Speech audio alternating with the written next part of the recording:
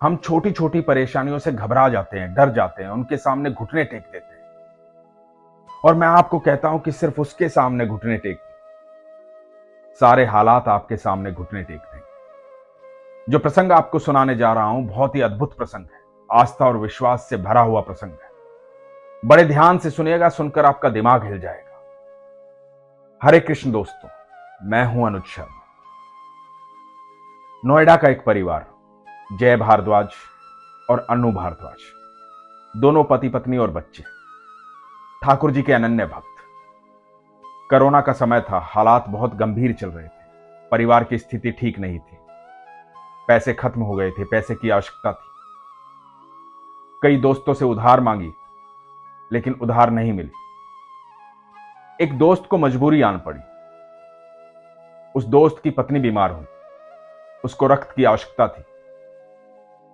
तो उन्होंने जय भारद्वाज को कहा कि आप रक्त दान कर दो, आप मेरी मदद कर दो, मैं आपकी मदद कर देता हूं। जय भारद्वाज जी ने अपने दोस्त की मदद की, रक्तदान कर दिया। बदले में 5,000 रुपए मिले, जिससे घर का खर्चा चल सकता था, राशन पानी आ सकता था, गुजारा चलने लायक पैसे आ गए। लेकिन एक और समस्या थी। समस्या यह थी कि जय भारद्वाज जी की बचपन से ही की किडनी थी। रक्तदान करने के बाद वो अचानक से कमजोर पड़ने लगे, लगातार कमजोरी बढ़ने लगी, और कमजोरी इतनी बढ़ी कि शरीर में रक्त की कमी हो गई, और जय भारद्वाज जी सदा सदा के लिए बैकुंठ चले गए। पीछे छोड़ गए अपनी पत्नी अनु भारद्वाज को और 4 बच्चों को, 2 बेटियां, 2 बेटे। हालात बहुत गंभीर हो गए। पूरा परिवार ठाकुर जी का अनन्य भक्त, आस्था और विश्वास प्रगाढ़, अद्भुत प्यार करते हैं ठाकुर जी से, लड्डू गोपाल की सेवा करते हैं, बहुत प्रेम करते हैं, सब कुछ ठाकुर जी पर छोड़ रखा था। जब पिता चले गए, घर के हालात सुधारने के लिए बड़ी बेटी ने सोचा कि मैं कुछ काम कर लेती हूं, और अनु भारद्वाज कुकिंग का काम करने लगी। घर के हालात सुधारने थे, घर में 4 बच्चे थे, सब मिल बांट करके अच्छे से रह रहे थे। एक दिन बेटी की नौकरी लगी, पहला दिन था। अनु भारद्वाज जी ने अपने लड्डू गोपाल को कहा कि ठाकुर जी, आज मेरी बेटी की नौकरी का पहला दिन, वो नौकरी पर जा रही है, तो आप उसका ध्यान रखना, उसकी रक्षा करना, सब अच्छा रहे, हम सब की रक्षा करना, सब अच्छा अच्छा हो। ये कहकर अनु भारद्वाज जी अपने काम पर चली गई। इनकी दूसरी बेटी अपनी मौसी के घर गई हुई थी। घर पर रह गए 2 बच्चे, एक 12 साल का, एक 3 साल का। दोनों बच्चे बाहर मोहल्ले में खेल रहे थे। अचानक से अनु भारद्वाज जी के पास एक फोन गया। फोन पर बोला गया कि आपके घर में आग लग गई है। फोन इनके पड़ोसी का था। अनु भारद्वाज जी भागी भागी अपने घर पहुंचे।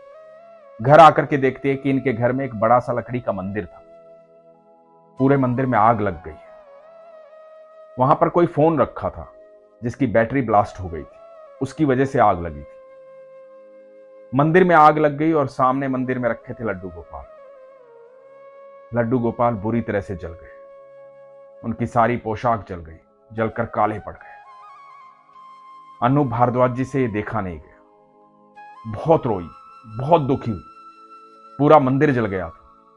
पूरा मंदिर जलने के बाद उनको लगा कि पता नहीं ये क्यों हुआ, किस वजह से हुआ, क्या कारण हुआ। लगातार रोती रही, अपने लड्डू गोपाल को देखकर रोती रही, जिनसे रोज बात करती है, जो साक्षात यहां पर है, जिनको रोज भोग लगाती है, सारे दुख और सुख उन लड्डू गोपाल के साथ बांटती है। सामने लड्डू गोपाल पूरे जल गए थे। मन में बहुत पीड़ा थी, बहुत दुख था। पूरे परिवार को बहुत दुख था। समझ में नहीं आ रहा था क्या करें। जब ऐसी स्थिति आती है तो कोई ना कोई ये भी कह जाता है कि ईश्वर ने सारी मुसीबत अपने ऊपर ले ली। अन्नू को भी यही लगा कि हो सकता है कि कोई भारी मुसीबत आने वाली। मेरे ठाकुर जी ने, मेरे कन्हैया ने हमारा सारा संकट अपने ऊपर ले लिया। अन्नू बताती है, मैं कई दिन तक रोती रही। अन्नू की जिंदगी में इनकी बहन और इनके जीजा का बहुत बड़ा योगदान है। जब इनके पति चले गए थे तो इनके जीजा जी ने और इनकी बहन ने इनको संभाला था, इनके परिवार को संभाला था। इनकी बहन एक नए लड्डू गोपाल लेकर आई। घर में फिर से लड्डू गोपाल आए, फिर से भोग लगना शुरू हुआ, फिर से आराधना होनी शुरू हुई। सब ठीक ठाक चल रहा था, लेकिन परेशानियां बहुत सारी थी। जिसकी 2 बेटियां हों, 2 बच्चे हों, उस मां के दिल पर क्या गुजर रही होगी जब उसका पति ना हो। यह हालात सिर्फ वही समझ सकती थी, कितना भी कोशिश करती, क्योंकि साधारण इंसान है, घबरा जाता है, डर जाता है। आस्था कितनी भी प्रगाढ़ हो, कभी कभार हिल जाती है। लेकिन सच ये है, जब आप अपनी आस्था को बनाए रखते हैं तो ईश्वर भी आपको कभी अकेले छोड़ते नहीं। अन्नू बताती है कि सुबह 5 बजे उठी थी। रोज भगवान का नाम जपती हूं सुबह 5 बजे उठकर। कुकिंग का मेरा पहला काम था।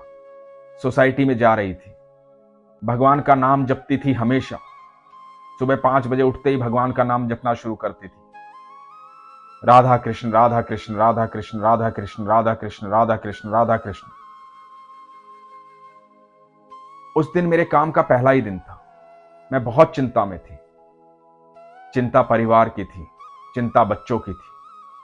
बच्चे छोटे छोटे हैं, क्या होगा जीवन में, सब कुछ ठीक होगा कि नहीं होगा। हालात बहुत गंभीर हो गए हैं, सब हालात बिगड़ चुके हैं। पति रहे नहीं है, अब कैसे संभालूं, क्या करूं क्या ना करूं। ये ऐसे हालात होते हैं जिसमें मदद करने वाले भले ही आपके साथ खड़े हों, फिर भी आपका दिमाग सोचता रहता है कि क्या होगा क्या होगा क्या होगा। अन्नू बताती है कि मैं उस दिन जब अपने घर से निकली साइकिल पर थी, मेरे मन में यही चिंता चल रही थी कि क्या होगा क्या होगा। तो मैं अपने ठाकुर जी का, अपनी राधा रानी का नाम लेना भूल गई, वो नाम जप करना भूल गई। मैं साइकिल चलाती हुई जा रही थी, मन में बहुत सारी चिंताएं थी, दिमाग शांत नहीं बैठ रहा था। अचानक से मेरी साइकिल एक बाबा से टकराई। सफेद धोती कुर्ता पहने हुए बाबा, हाथ में लाठी, सर पर गमछा, एक गवाले जैसे दिखने वाले। जब मेरी साइकिल उनसे टकराई तो मुस्कुराए और बोले कि राधे राधे। और मैं अपनी चिंता छोड़कर बोली राधे राधे, और मुझे याद आया कि मैं नाम जप करना भूल गई। मैंने राधे राधे जपना शुरू किया, राधा कृष्ण बोलना शुरू किया। अचानक से मन विचलित हुआ। बाबा पीछे की साइड गए थे। मैंने पीछे मुड़कर देखा कि बाबा को देखूं सुबह सुबह कैसे मिले और राधे राधे क्यों बोला। लेकिन जब पीछे मुड़कर देखा तो वहां कोई भी नहीं था, आसपास कोई भी नहीं था। अन्नू को लगता है कि ये मेरे ठाकुर जी थे। ये ठाकुर जी मुझे बताने आए थे कि तू घबरा मत, तू डर मत, मैं हर पल तेरे साथ हूं, हर स्थिति में तेरे साथ हूं। संकट तुझ तक नहीं पहुंचने दूंगा। संकट जब भी आएगा तो उसे पहले मेरे पास आना पड़ेगा। और दुनिया में, अनंत ब्रह्मांड में कोई ऐसी स्थिति नहीं, कोई ऐसी नकारात्मक ऊर्जा नहीं जो आकर के ठाकुर जी से टकराए। कोई ठाकुर जी को पार कर कर आप तक नहीं पहुंच सकता जब आपकी आस्था, आपका विश्वास प्रगाढ़ होता है। आप ठाकुर जी के नाम में रमे रहते हैं। आप ईश्वर को अपना सबसे प्यारा मित्र मानते हैं, उन्हीं को अपने घर का मुखिया मानते हैं, उन्हीं को सर्वेश्वर मानते हैं। जब उनकी शरण में आप रहते हैं तो आप यकीन मान, दुनिया भर में, तीनों लोकों में, अनंत ब्रह्मांड में ऐसी कोई शक्ति नहीं, ऐसी कोई भी नकारात्मक ऊर्जा नहीं जो आपको हानि पहुंचा सके। हमसे पहले हमारे ठाकुर चलते हैं, हमसे आगे हमारा ठाकुर ध्यान रखता है कि उसका बच्चा कहां जा रहा है, कैसे जा रहा है। जैसे हम अपने बच्चों का ध्यान रखते हैं, वैसे वो इस अनंत ब्रह्मांड का ध्यान रखते हैं। वो हमसे अनंत प्रेम करते हैं, इतना प्रेम करते हैं, इतना प्रगाढ़ प्रेम करते हैं जिसकी हम कल्पना भी नहीं कर सकते। जब हम उनकी शरण में होते हैं, ना कभी डरते हैं ना घबराते हैं। हमें किसी प्रकार की कोई हानि नहीं होती। जब हम उनके सामने घुटने टेक देते हैं तो सारे हालात हमारे सामने घुटने टेक देते हैं। अन्नू के हालात गंभीर थे, लेकिन जैसे ही वो बाबा मिले और उन्होंने कहा कि राधे राधे, अन्नू के अंदर एक नई ऊर्जा का संचार हुआ। फिर से विश्वास प्रगाढ़ हुआ और फिर से समझ में आई कि नहीं, मैं क्यों घबरा रही हूं, मेरा ठाकुर मेरे साथ है। दोस्तों, ईश्वर हम सब के साथ है। हम छोटी छोटी बातों से घबरा जाते हैं, डर जाते हैं, हमारा दिमाग अशांत हो जाता है। मैं आपको सिर्फ एक बात कहना चाहता हूं, इतना नाम जप करो, इतना नाम जप करो, इतना ईश्वर को याद करो, इतना प्रेम करो, इतनी आस्था प्रगाढ़ करो, इतना विश्वास प्रगाढ़ करो कि आपके मन के भीतर, तन के भीतर, ध्यान के भीतर, दिमाग के भीतर सिर्फ कृष्ण कृष्ण कृष्ण कृष्ण कृष्ण कृष्ण कृष्ण कृष्ण चलता रहे। और जहां कृष्ण है वहां कभी भी कोई भी ऐसी स्थिति नहीं आ सकती जो आपको किसी भी तरह से परेशान करे, किसी भी तरह से डराए। आप कभी घबराएंगे नहीं, डरेंगे नहीं, हमेशा खुश रहेंगे, क्योंकि कृष्ण आपको हमेशा मुस्कुराहट देते हैं। हम सब जानते हैं कि इतना बड़ा महाभारत होता रहा, इतना बड़ा युद्ध होता रहा, बड़े बड़े योद्धा लड़ते रहे। उन सारे योद्धाओं के बीच में, इतने बड़े युद्ध के बीच में सिर्फ एक ही हैं जो मुस्कुरा रहे हैं, वो हैं भगवान श्री कृष्ण। और वो मुस्कुराहट आप सबको देना चाहते हैं, हम सबको देना चाहते हैं, लेकिन हमारा विश्वास होना चाहिए। इसीलिए मैं कहता हूं कि अपने विश्वास को मजबूत रखिए, अपना ख्याल रखिए। हरे कृष्ण।